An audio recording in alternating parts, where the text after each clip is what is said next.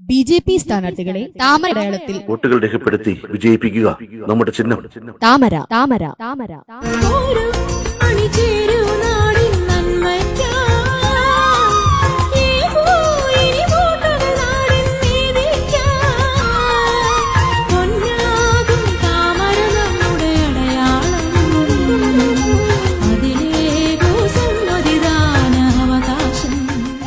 ഈ നാടിന്റെ സമഗ്ര വികസനത്തിന് ബി.ജെ.പി. സ്ഥാനാർത്ഥികളെ താമരയടയാളത്തിൽ വോട്ടുകൾ രേഖപ്പെടുത്തി വിജയിപ്പിക്കുക. നമ്മുടെ ചിഹ്നം താമര താമര താമര താമര.